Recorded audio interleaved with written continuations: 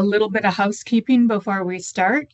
As I said, this presentation will be recorded and posted on YouTube at a later date. It usually takes us 1 to 2 weeks to get the recording posted, but if you know anybody who missed the presentation and would like a link, I will send it out after the presentation, the link to CompassionNet where you can find them, and you can direct them there.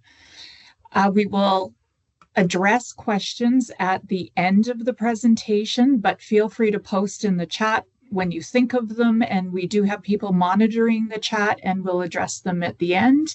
Please keep yourself on mute until the end of the presentation. Then feel free to unmute and raise any questions that you may have. And as you may have already seen, an evaluation will be sent out immediately after this presentation. And I apologize for the premature email. It kind of jumped out as I was adding somebody to Outlook today, halfway written. So my apologies again for that. In the spirit of reconciliation, we want to acknowledge that this gathering is taking place on traditional lands across the province of Alberta, home to many diverse Indigenous, Métis, and Inuit peoples. Spanning generations, acknowledgement of the land is a traditional custom of Indigenous peoples and an important part of reconciliation. It gives voice to the authentic history of the land and its original people. Honoring the land in this way acknowledges the story of creation of this country in a way that has historically been missing. And I will credit Kim Tackaberry for this acknowledgement. All right. So over the past 20 years, there has been a steady increase in awareness and treatment options for individuals who cannot wear conventional air conduction hearing aids. The iRSM Bone Conduction Program, housed in the Misericordia Hospital, is one of the largest in the world. And the field of bone conduction hearing has matured considerably over the past 30 years. From little boxes with trim pots to adjust and the aided audiogram as a primary outcome, to vibrators implanted under the skin with objective prescription and verification approaches available. In this talk, Dr. Hodgetts will cover the current state of bone conduction options and best treatment practices that are available today. He will also talk about areas of ongoing research and where the field is likely to be headed in the future. And with that, I will turn it over to Dr. Hodgetts. Well, thank you very much for the introduction. I'm just going to make sure that my screen is there. Can you confirm that you can see that for me, Rhonda? I can. All right. I assume most people, if they're in this hospital, didn't hear any of that introduction, given the medical emergency that was being announced at the time, but I'll touch a little bit on what you probably said there anyway. So my name is Bill Hodgetts. I am an audiologist and a professor at the University of Alberta. I'm also jointly appointed here at iRSM and the Misericordia Hospital, where I am the program director for Bone Conduction Amplification. My email is listed there. If anyone has any questions following the talk that they didn't get a chance to ask me, you can feel free to email me. What I am going to talk about today is a broad overview of bone conduction, why we use it, who we use it for, and then I'll talk a little bit higher level, but with some detail about some of the strategies that we've deployed in order to do better fittings and maximize our performance with these devices. And we'll talk a little bit how the research integrates into the clinical care of these patients. So bone conduction really was around for many, many years. Even if anyone's been to RSM, we have sort of statues of Beethoven all over the Institute. And that's because Beethoven, towards the end of his life, suffered a condition called otosclerosis. And otosclerosis is a solidifying of the little bones in your middle ear with calcium. And so they fuse and they don't actually work as well as they should. And so what Beethoven would do towards the end of his life when he was playing the piano is he'd put a wooden dowel in his teeth and he'd press it against the piano, and those vibrations would go through his teeth and into his skull. And then because the inner ear is embedded in the skull bone, those vibrations would transmit into the inner ear very similarly to what an air conduction hearing aid would do going through your eardrum and your three little bones. So his little bones weren't working, and so he needed a bone conduction solution, and that's what the wooden dowel was. Now, for many years, patients were fitted with bone conduction devices on a steel headband, and that steel headband would create a lot of discomfort. It was pressure on the site. If you were fitted at a very young age and your skull was developing while you were wearing these, we would often see patients with a groove in their skull from the headband that was on them during all of their skull development. But in the 50s and then the 60s, a gentleman in Sweden, in Göteborg, Sweden, or Gothenburg in English, his name was P.I. Brannemark. He discovered something quite accidentally that most people would actually probably have just moved past and never thought a second about. But what he was doing in his research was he was trying to study the blood flow through rabbit femurs. And he screwed these femurs to a plate using titanium screws. And when he went to retrieve the screws after he was done the experiment, he realized he couldn't get them out of the bone. And most people, like I say, would probably have just thrown the plate away and started again. But he was very curious as to why he couldn't back these screws out. And it turns out that he discovered something that's quite a natural phenomenon, and it's called osseointegration, or integration into the bone. And this is that the fact that titanium and bone tend to fuse together.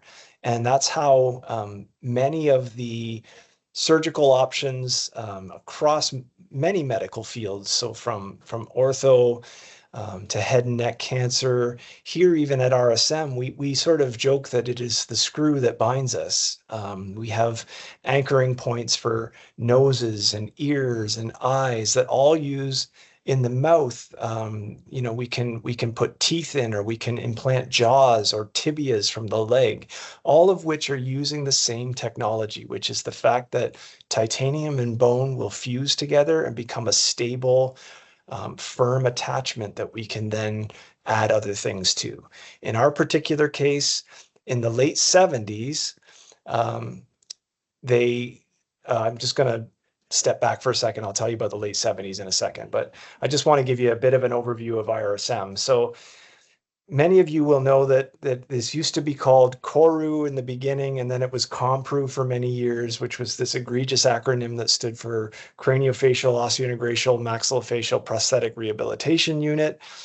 And then sort of in the late 2010s, mid 2010s, we changed to an institute, and it was a reflection of the fact that many people were from the university, Alberta Health Services, and Covenant Health. And so there was this three-party ownership that took over when we became iRSM.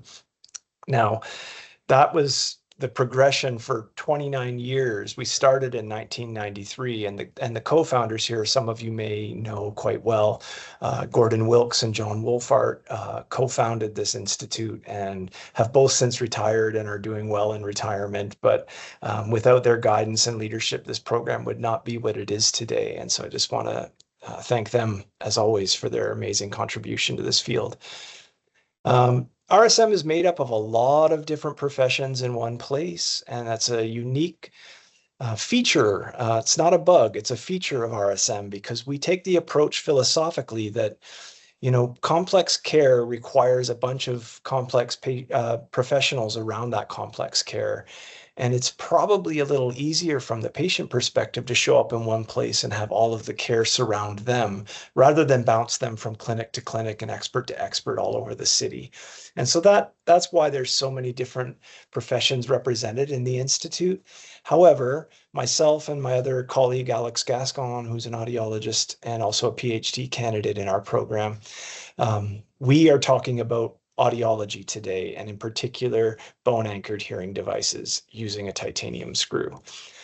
So The history of this, as I started to allude to it, it started in the late 70s in Sweden, and I'll show you an image of the very first patient that was fitted with one of these bone anchored devices. We were one of the first places and we began in 1991. But all of the ears that we treat are medical ears, meaning that they cannot wear a regular hearing aid, or a regular hearing aid is contraindicated for most of our patients. I also just want to differentiate air conduction hearing aids, are the ones that you typically see on people that go behind the ear or in the ear. Those are for people who have a sensory neural hearing loss, where the inner ear is the problem, just the inner ear. For bone conduction users, they have medical problems with their ears, and the fitting of an air conduction is not appropriate. They're also not cochlear implants. Cochlear implants are for people who have profound hearing loss, usually in both ears, and they're for people who have tried air conduction hearing aids but derive very little benefit from them. And so that's a different program altogether. So cochlear implants are done through the Glenrose. Many cases, the same surgeons that do our bone anchored implants are doing the cochlear implants, but they are separate programs and they're run administratively separately. We did our first implant in 1991, and when we started, it was only for individuals who had bilateral problems getting sound into their ear, and their inner ears had to be normal when we first started. That was the initial candidacy. We've since expanded that considerably over the years. So as I mentioned, the first implant was done in Sweden in 1977, and this is a very young Bill Hodgetts in 2003, sitting with the initial patient that was done and the original surgeon, Anders Källström. And anybody that knows this institute will know that Anders is a huge part of why iRSM exists. He was one of the people that helped to set up this unique center, and has to this day remained a close colleague and collaborator of some of us in the field. And Anders continues to be active in the field, even though he's retired. He still comes to meetings and takes new information in, and he is just a legend in this field and one of the nicest people I've ever met. Compru at the time, and now RSM, was one of the 5 international sites that began this treatment. So we started in 1991, as I indicated before, along with 2 sites in Sweden, 1 in the Netherlands, 1 in the UK, and then here in Canada. In fact, in the US, the FDA did not approve the use of these bone-anchored hearing devices until 1996. It was a rather uphill climb, and the inventor of the bone conduction device, his name is Bo Hawkinson, who remains a very close collaborator of ours. He made these T-shirts that had like this cloud blowing wind into the sails of the bone conduction device to overcome the FDA, and it took many, many years for them to get approval. So it started in 77, and it wasn't until 1996, or 19 years later, before it was allowed to be done in the US. Now many centers in the US are doing bone conduction devices, and it's really caught up and is one of the leading centers in the world for this treatment.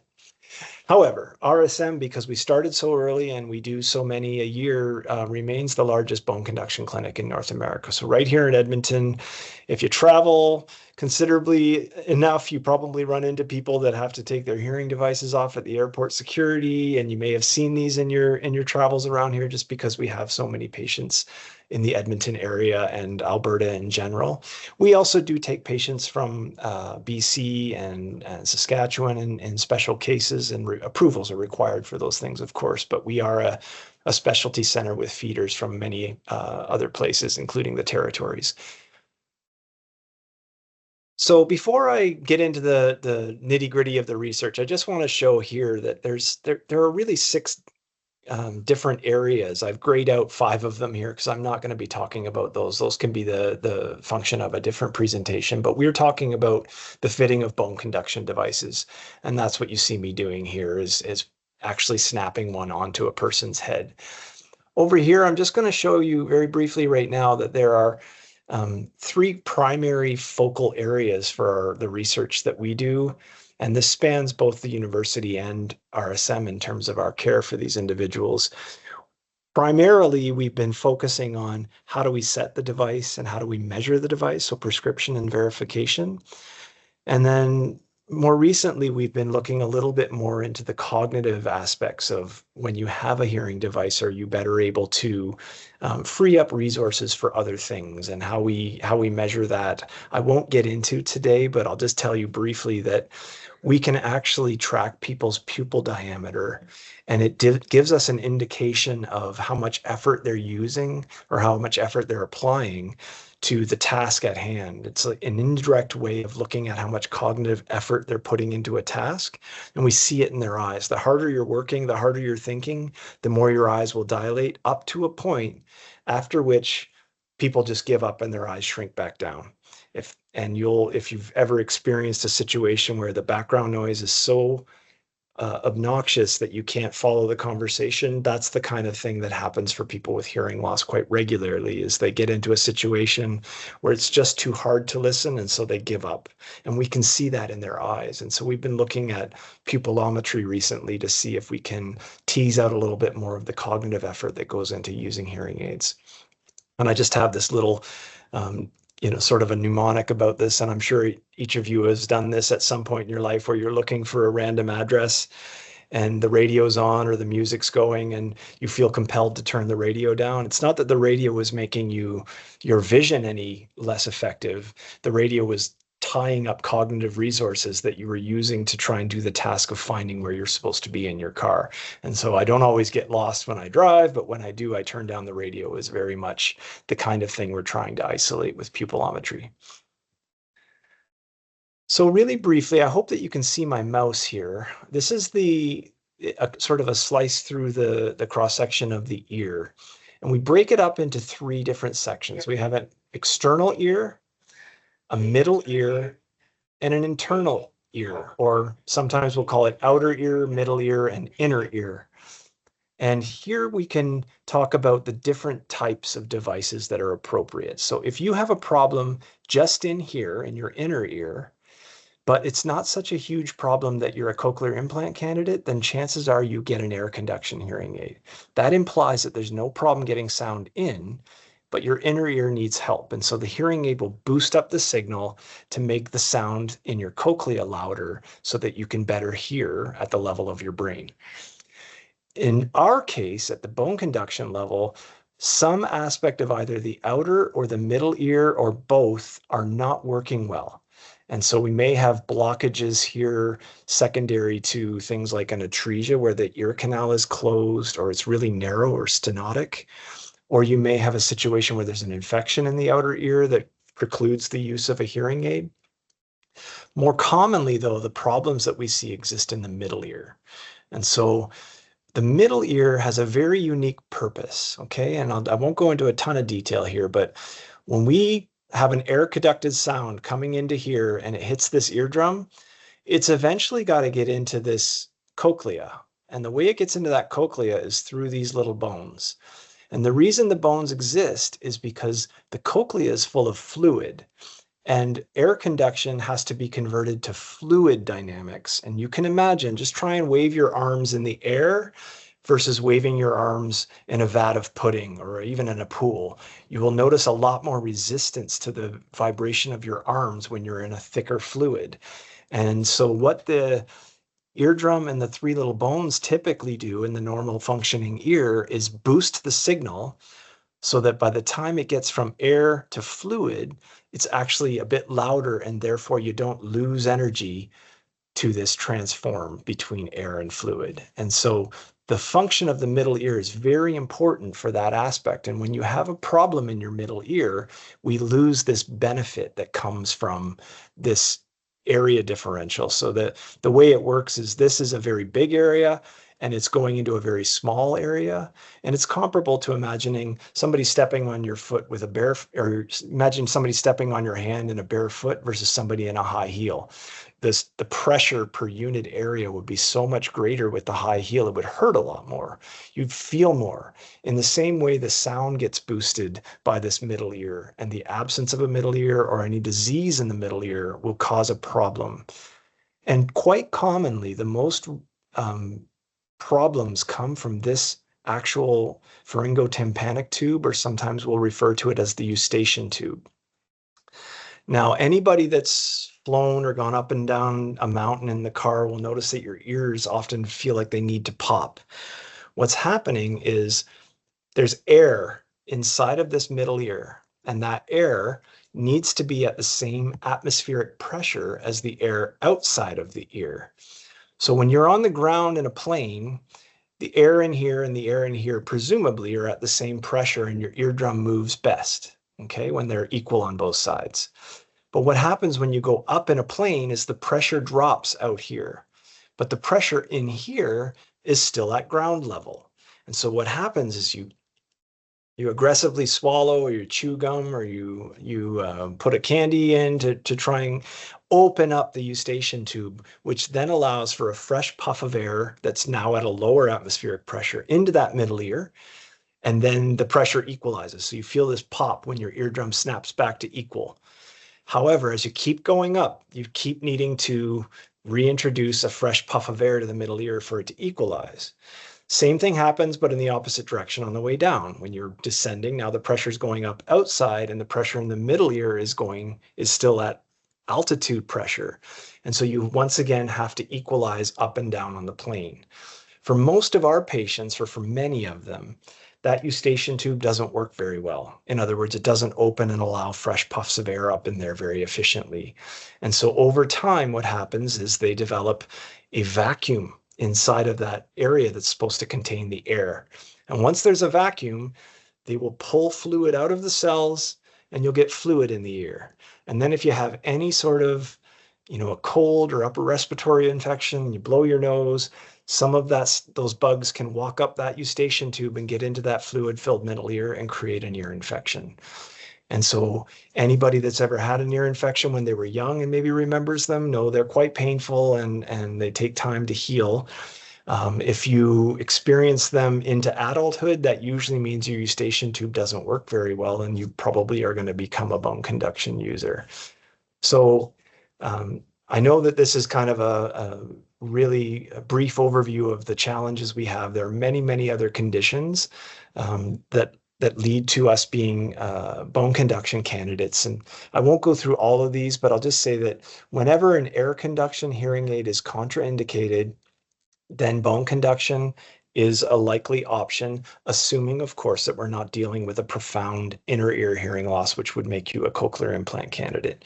So you might have things like congenital atresia, where the canal is closed, or you might have chronic draining ears that are unresponsive to treatment from a poorly functioning eustachian tube, things like that. We also might have situations where the canal or the middle ear surgery is contraindicated. Sometimes when they go in and try and fix something, the surgeons will hope for better hearing, but if it doesn't improve hearing, at least maybe the ear is stable, but then we still need to fix hearing, and that's when a bone conduction would come in. Sometimes there's only one remaining ear, and they don't want to operate on the only remaining ear, and so the BAHA or bone conduction hearing device is a safe alternative for those cases. We also do fit people with unilateral hearing loss, congenital unilateral atresia, which is quite common, acquired unilateral hearing loss. But there was a period of time where I've just put this red box around here, where we were fitting a lot of patients for what is called at the time single-sided deafness, and the term has now been modernized, which is much better. It's called LUHU, which just sounds cool, but it stands for limited usable hearing unilaterally.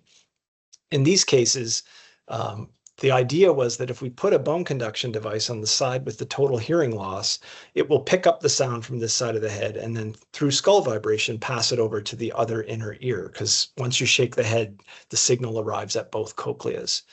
However, we studied this, and we were actually the first group, and I took quite a bit of flack for this because the companies really, really saw market potential in this new indication, single-sided deafness, or LUHU. And we weren't seeing it clinically. We were studying these patients with research and talking to them clinically, and we were seeing that the benefit that we typically get for, say, bilateral conductive hearing loss, going from unaided to aided, and just on this particular test, a lower score indicates a significant improvement in performance. Bilateral conductive hands down the best case scenario for bone conduction. Unilateral conductive, again, significant improvements. Unilateral mixed, significant improvements. But when we look at SSD or LUHU, the benefits are less dramatic and not even significantly different from one another.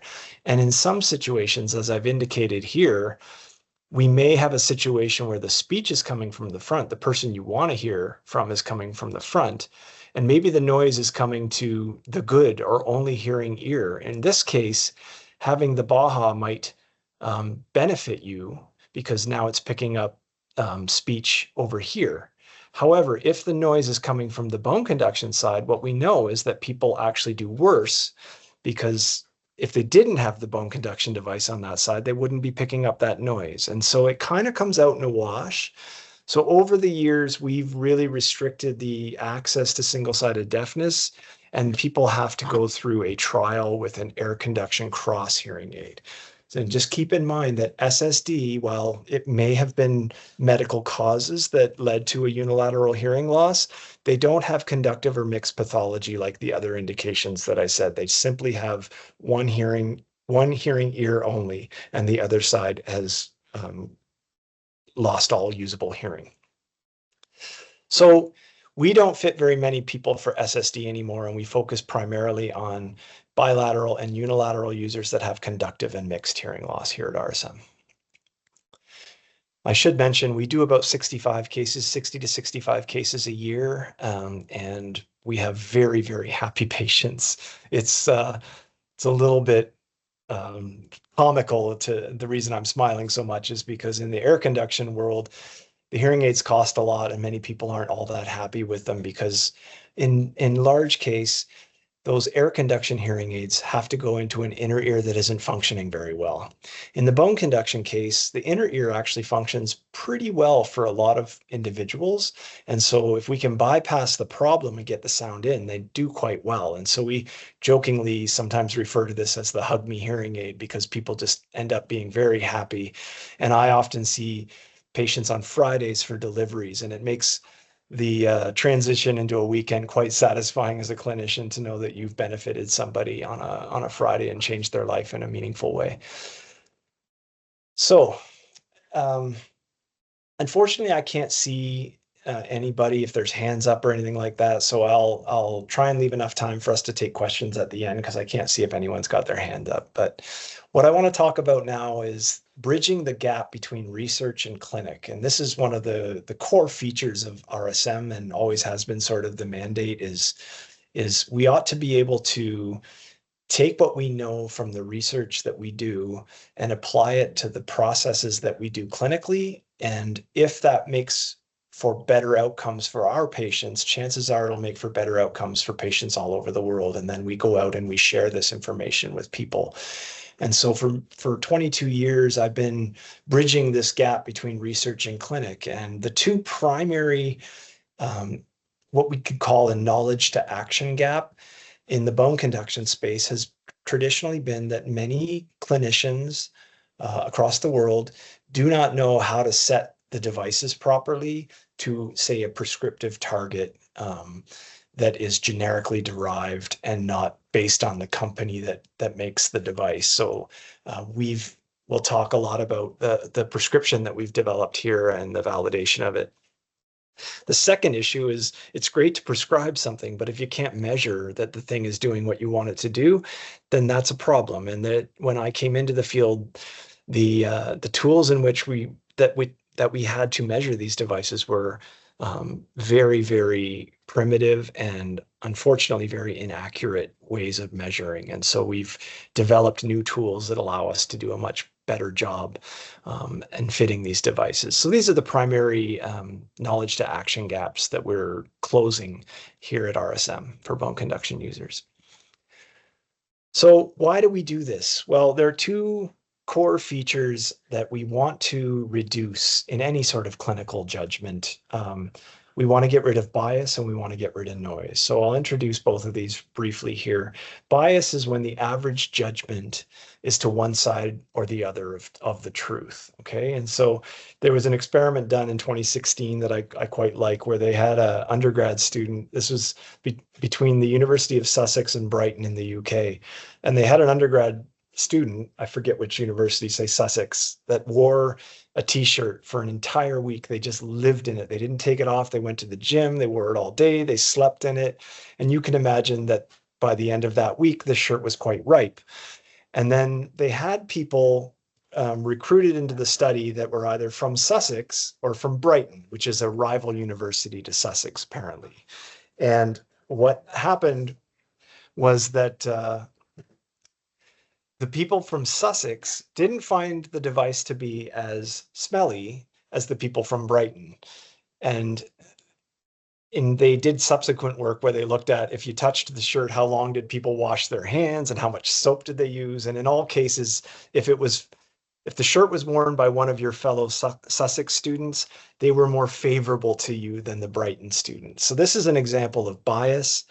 We also did a paper a couple years ago in looking at all the subject knew was that there were 5 mystery sliders on a screen. Now, each of these sliders was something that changed a feature of the sound that they were listening to. These were hearing aid type features that we actually were manipulating, but they didn't know what these sliders were.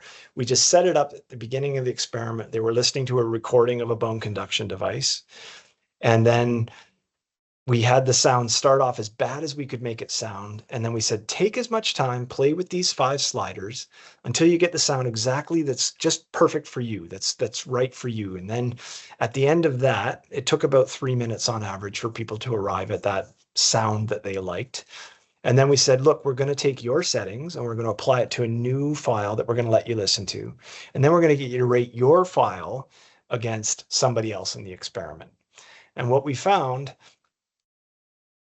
quite predictably, is that when people believed that they were listening to their own sound, they liked it significantly better than somebody else's. However, the trick was we didn't do anything. We played them the same sound file twice. We didn't change a thing.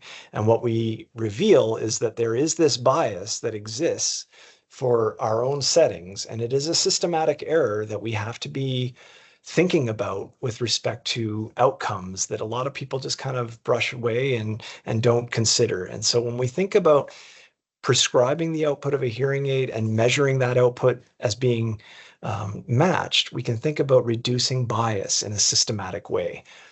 The other issue is noise. Now, noise is random error, and it's any unwanted variability in judgments that should otherwise be identical. So you can imagine it occurring within an individual. So on one day, I might judge things a certain way, and on another day, I might judge it a different way. It might depend on a lot of personal factors or situational factors that aren't privy to you, but might create noise in my judgments. Or you can see it across individuals. And we know that radiologists will disagree about 20% of the time looking at the same X-ray. And while that's understandable, it does reflect on the fact that in making judgments, the instrument of measurement is the human mind, and the human mind is known to be a source of a great deal of noise and bias. So we've taken the frame of thinking through prescription and verification through these concepts of noise and bias. So here I've got an image. You can imagine 4 different archers, or you could equally imagine 4 different audiologists fitting to a target, in this case, the bullseye being the target. And so on the top left, or the accurate category, what you can see is that everyone's clustered nice and close together, meaning that the data is not noisy. You're getting very consistent results. However, and they're also very close to the middle, meaning that there's no bias. They're hitting the target. If you look at B, this is an example of noisy data where each audiologist is missing the target and they're all different from one another. And that would be an example where, the same person might go to 4 different audiologists and end up with 4 different fittings. And that's a problem that we can get rid of if we actually follow prescription and verification.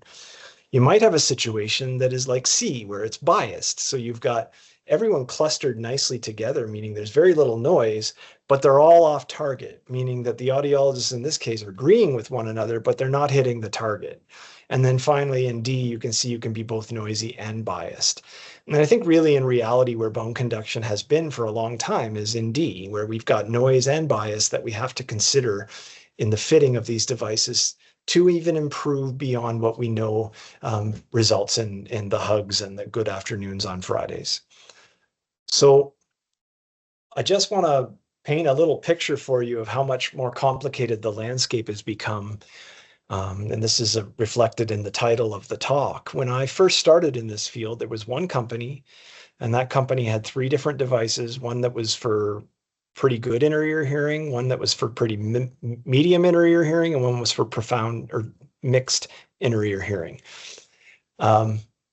In about 2009, another company came online. And so originally it was Baja, and then Ponto came along in 2009, and then Bonebridge came along in about 2010, 11. And then now there's even 2 new devices here. So I want to walk you through the left side of this first. So we have bone conduction device at the top, and then there's 2 different ways in which you can deliver the signal to the cochlea or the inner ear. One is what we call direct drive, meaning that there is no impact of the skin in the vibration pathway. The skin isn't causing the loss of vibration energy if we have direct drive. And so typically what we do here is percutaneous. And the reason we do that is because about 70% of our cases would not benefit from these devices here, which are also direct drive. But in the more modern era, these companies have come out with vibrators that go under the skin.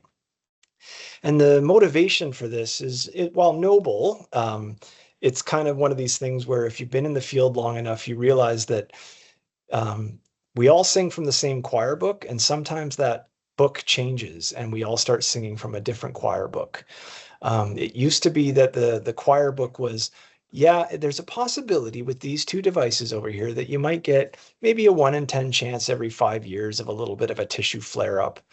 Normally those tissue flare-ups are treated topically, and very rarely are they very difficult to manage, but it does happen. And that's because in reality, when you have the post sticking through the skin, you have an open wound that sometimes requires a bit of extra care.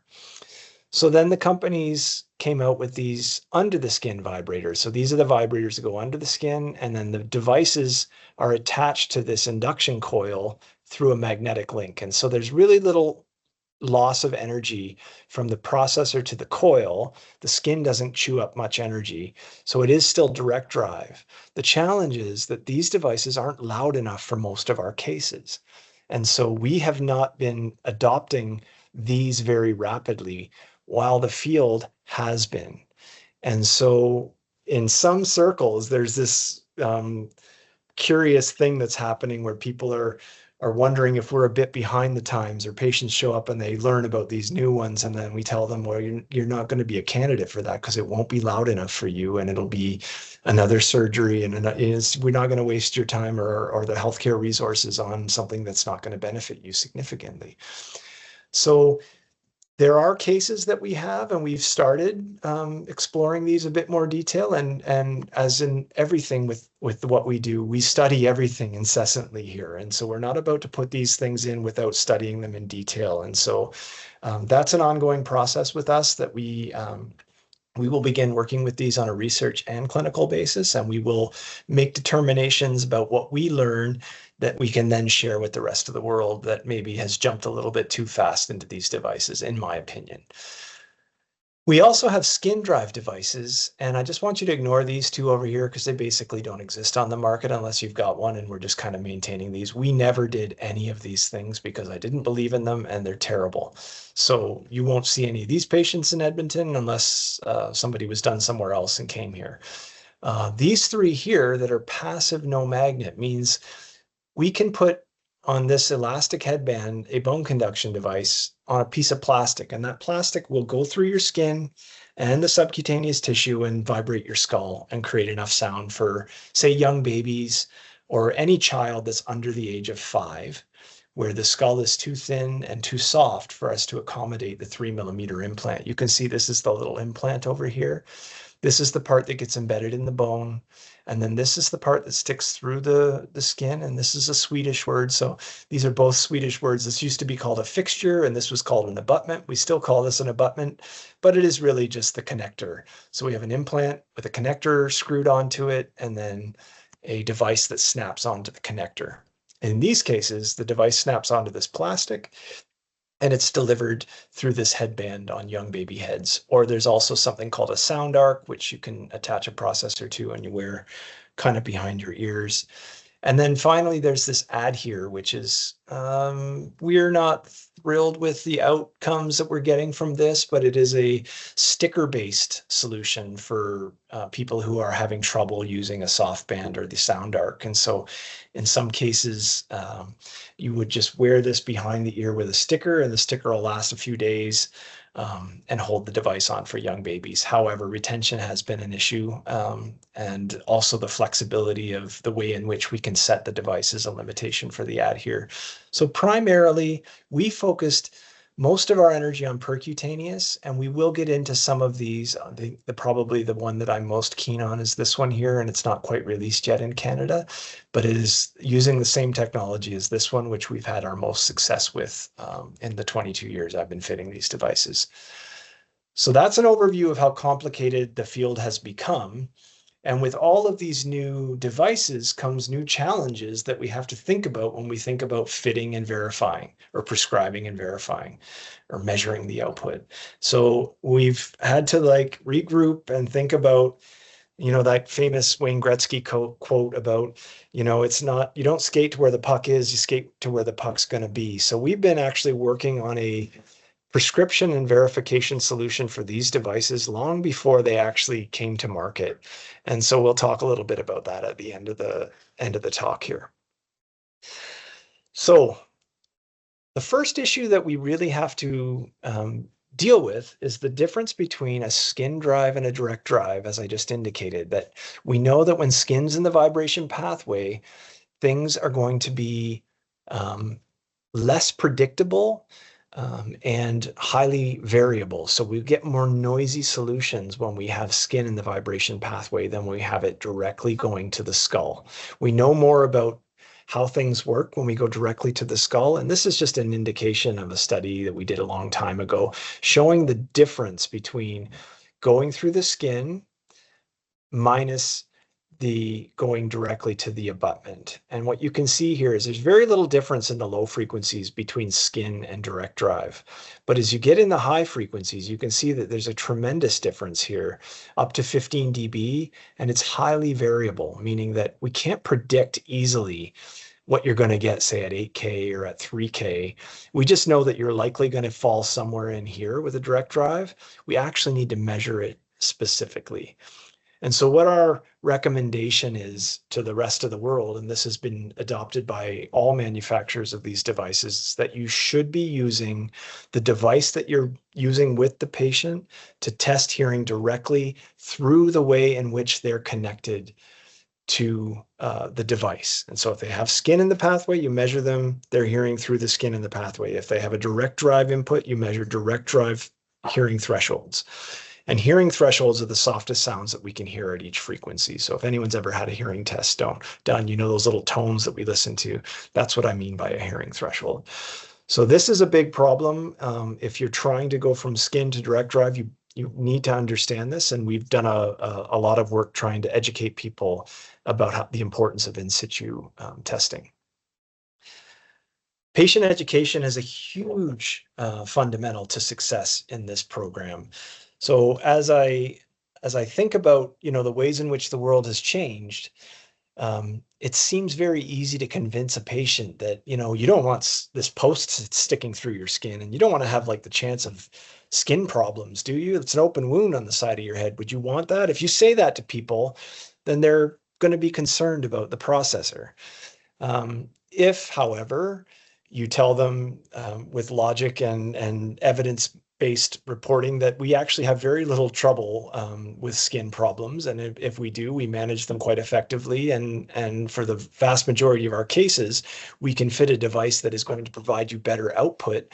Then we have no real challenges with getting people to come along on that journey with us. And so it really is about how we educate and how we make shared decisions with both the patient and the ear, nose, and throat physician, because in many centers, especially in the US, this is true. In many centers, the ear, nose, and throat doctor is making these decisions about which device and how they want to do the surgery, where it really, really, really needs to be a joint decision between the audiologist and the physician, because we will follow them for the rest of their life with us. And we will have to live with the fact that if the surgeon went ahead and put a device in that's not loud enough for people, we are going to struggle together to get them sufficient audibility, and it may be a wasted surgery. And so we really strongly advocate for patient education to be happening at a shared level between the physician, the audiologist, and the patient.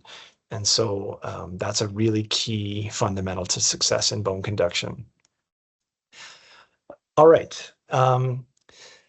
So we started this process about prescription and thinking about how do we measure and prescribe these devices all the way back in 2002.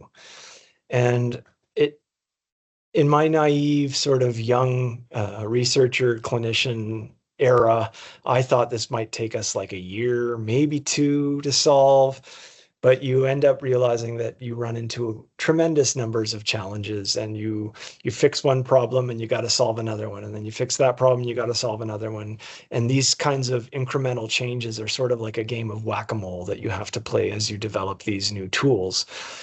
So it really wasn't until 2017 that we officially launched what we call DSL-BC version 1.1. We did have a version 1.0, but then we needed to make an adjustment soon after we released that because we had problems with people's own voice.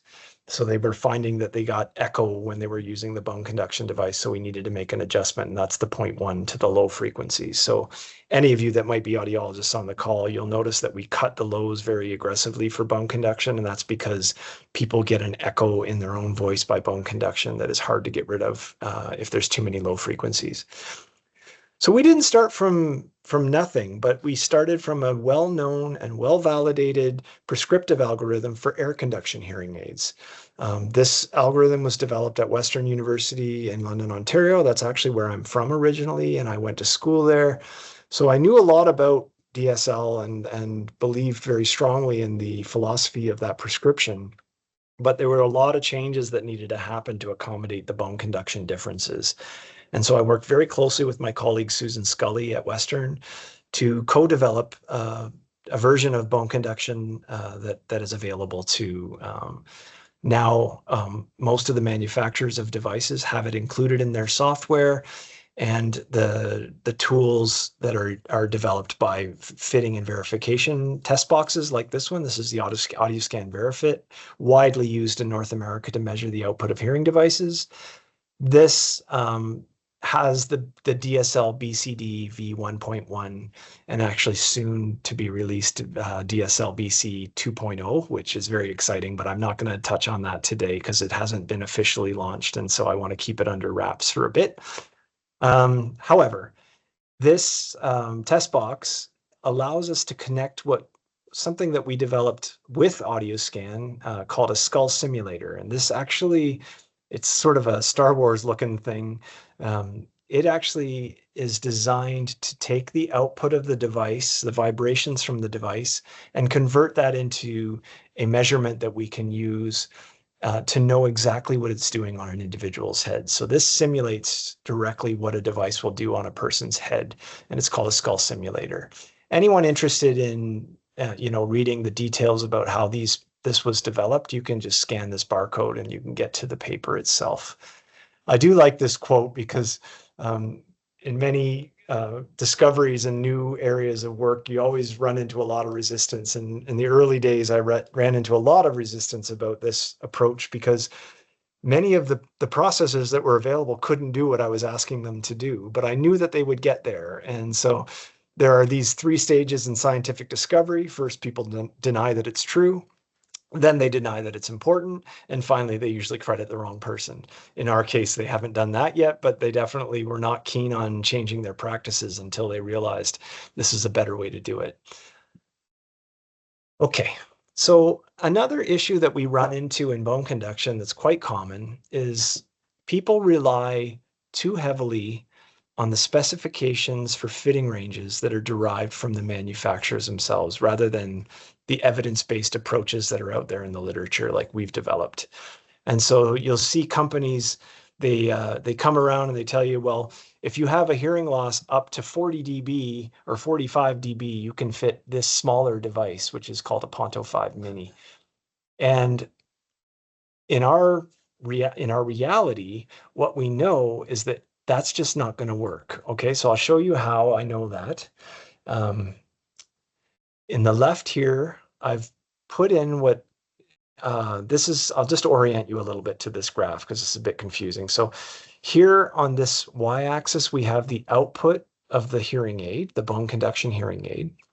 And here on the x-axis, we have the frequency. So most speech, human speech, lives between 250 and 8,000 hertz. Okay, so these are what we consider the important speech frequencies. And what you can see here with this little dotted line is what perfectly normal bone conduction hearing looks like, or when your inner ear is perfectly normal, this is where your bone conduction line should be.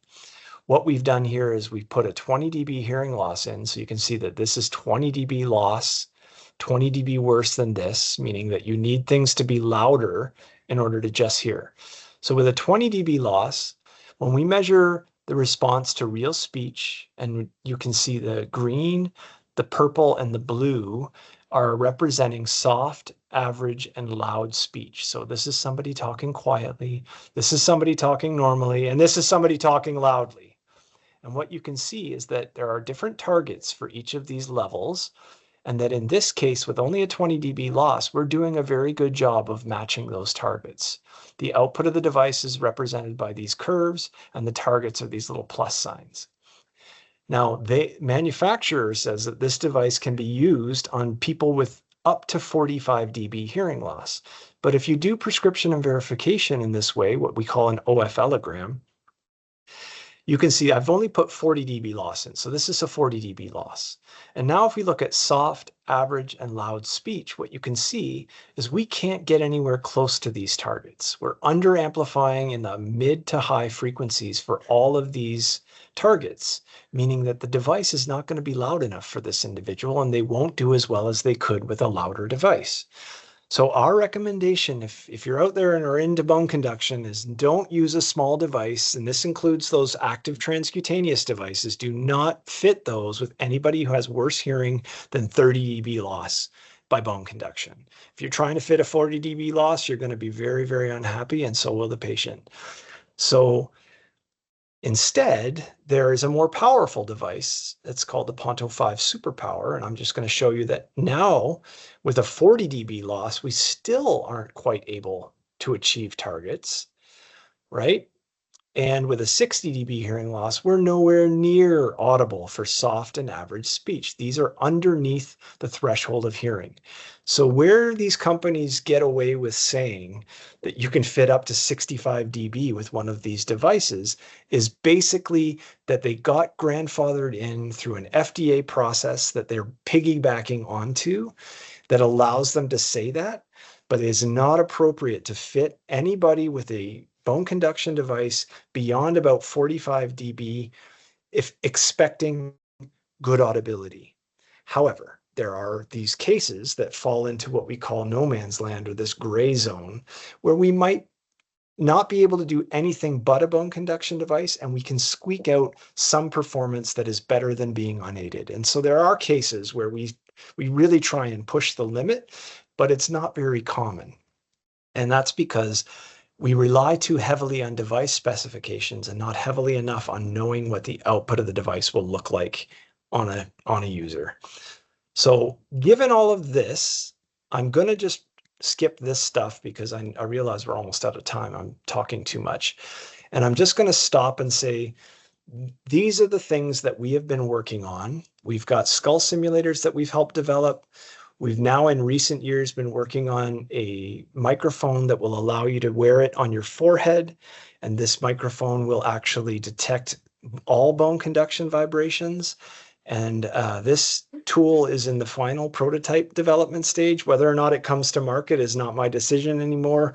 It's been transferred to a manufacturer who is trying to develop the market case for it. But this is likely to come to market, which will be used to measure these devices. And there's also protocols available for people if they're interested in more information. So I will just stop there and say that the vast majority of what we do is try and improve the fitting and verification of bone conduction devices. And I think the reality is that we both benefit the patients locally that we fit, but we also get out there and we share this information with the world and make it so that other clinicians around the world can do a better job of fitting their bone conduction devices. And with that, I will stop and see if there's any time for questions. I apologize for going so long. We do have a question in the chat. Okay. It says, someone I know with a bone-anchored hearing aid, Ponto, is having significant chronic pain autoimmune systems. One theory of the rheumatologist is that the body is reacting to a titanium screw in a way that is akin to breast implant syndrome. Is there any research to support this theory?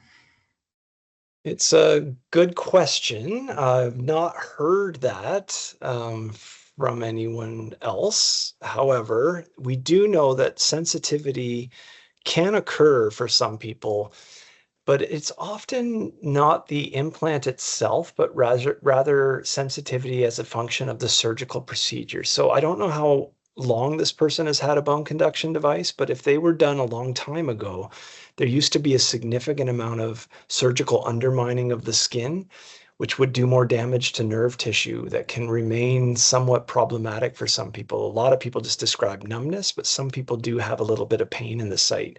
We don't do that surgical procedure anymore. In fact, it's very minimal skin reduction, if any. It's usually just a quick little incision, a little tap with the screw that's self-tapping, and then punch the abutment through the skin, and that's how we get the surgery done now. It's much simpler. Okay, we have another question. I am a PhD candidate in the Faculty of Rehabilitation Medicine and also happen to have a child with unilateral atresia and I'm going to say, yeah, so MICROTIA, microtia? Oh, microtia, yeah. Atresia, okay, microtia, there we go. He has a Ponto soft band, Baja, from iRSM.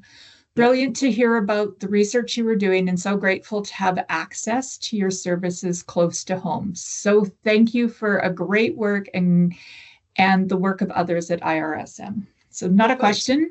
Thanks, Paige. Thank you.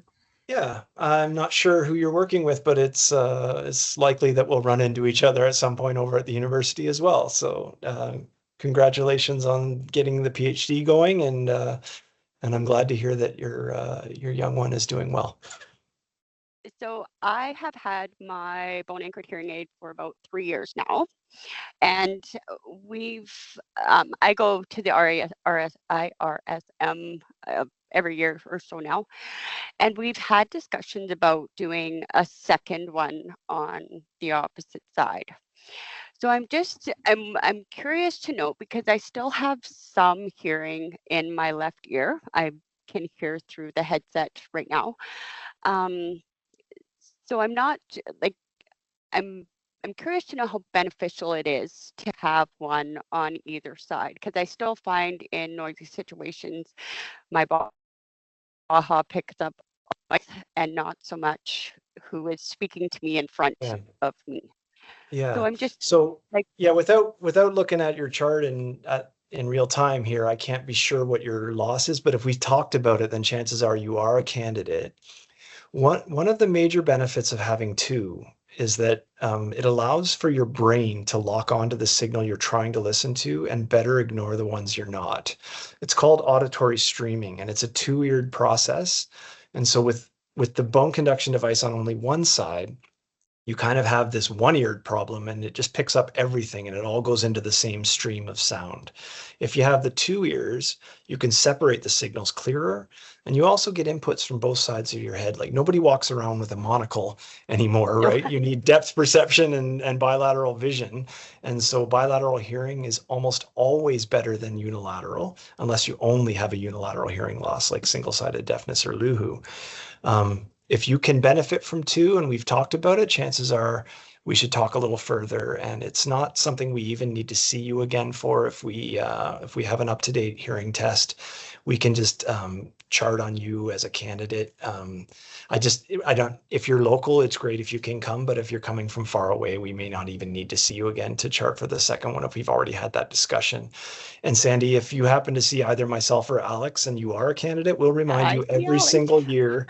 Every single year, we'll remind you that the second will be beneficial, because it's our job to make sure that you're hearing maximally, and 2 ears is better than 1. So, Okay. yeah, by all means, reach out and we can have that conversation again.